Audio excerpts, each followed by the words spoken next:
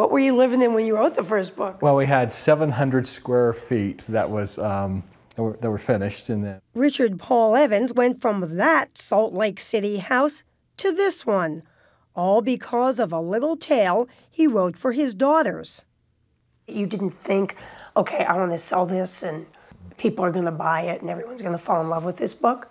Well, the idea of being a novelist is really romantic, but it's kind of the same as being the President of the United States. It's like, it's not going to happen. But it did happen for Rick Evans. You may remember The Christmas Box, a mega hit 20 years ago. So this is the original little book that you self-published? There it is. Evans first printed only 20 copies of the book.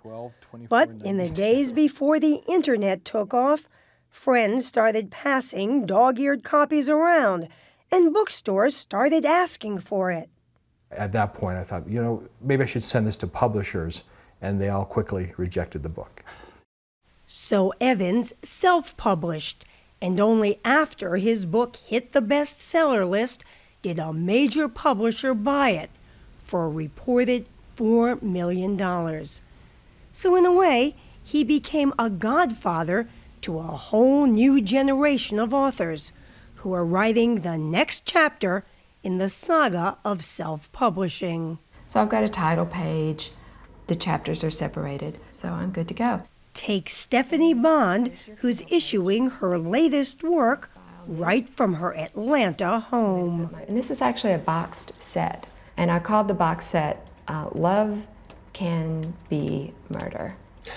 That's right. With just a few strokes, Bond is creating an electronic or e-book. That's it. I love it. It's telling you you're publishing as you're watching it. Right. It's one of the strongest trends in publishing, with estimates that more than 200,000 books were self-published last year.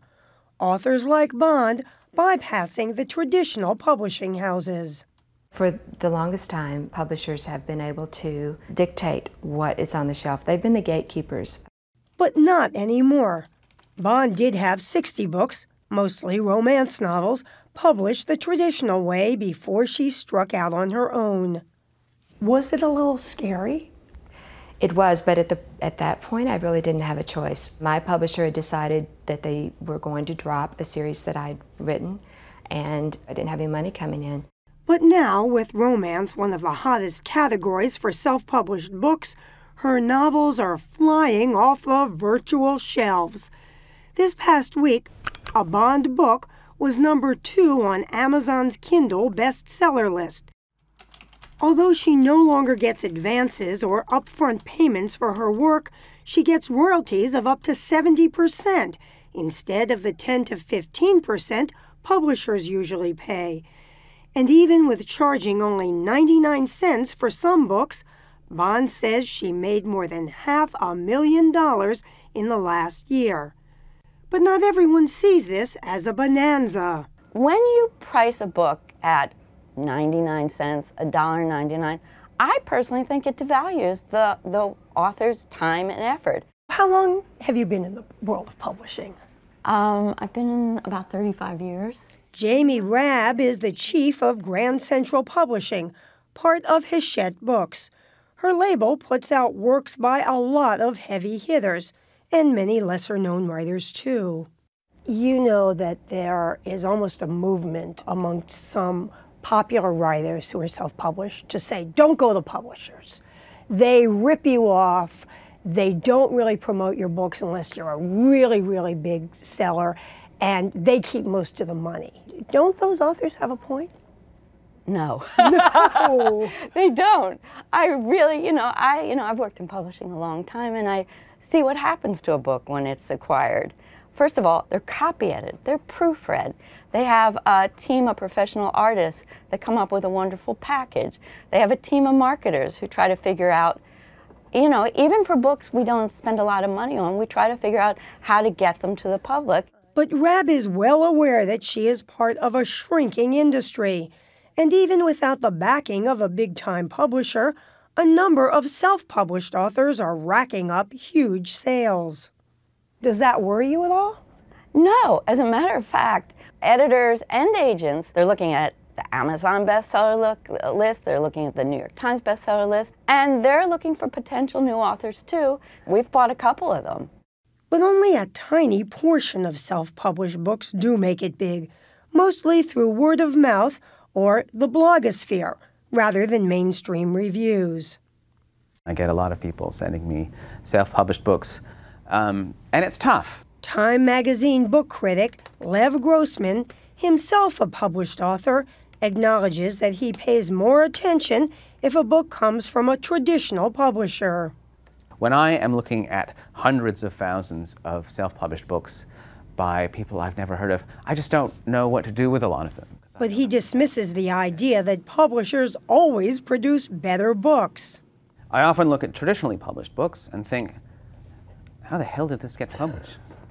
You know, a lot of stuff gets published on both sides that probably shouldn't. Still, it seems that nothing trumps the will to publish, even in print. For those who still want a product they can hold, there's the espresso machine. There it is. Which turns out bound paperbacks in places like Manhattan's McNally Jackson bookstore. Coordinator Beth Steidel says printing prices start at just $19, and she's seen a big increase in self-publishing. In the beginning, you know, it was maybe 50 books a month. Now we print on average 1,000 books a month. The store even sells books it prints, a big thrill for Silver Krieger, whose romantic comedy was turned down by traditional publishers. My dream was to just see people sitting in the cafes, sipping a cappuccino and reading my little funny book. And why not dream? There's plenty of precedent. A long list of successful authors self-published even before the current boom. Of course, the author of the Christmas box has to have a great Christmas tree. I love Christmas. Including Rick Evans. And with 22 bestsellers and 15 million books in print, he is delighted that self-publishing is easier for today's fledgling writers. There's some really powerful stories out there that need to be heard. The cream will still rise to the top. There will be things that will gain traction and grow. So I'm all for it. I think it's wonderful. I've seen huge changes. And even big-time publishers, whose livelihood may be a bit threatened, give the do-it-yourself crowd a lot of respect. The fact that you have a channel for getting your book published and read, I think that's very good for authors. I applaud anyone who says, I'm not giving up, I'm going to find a way.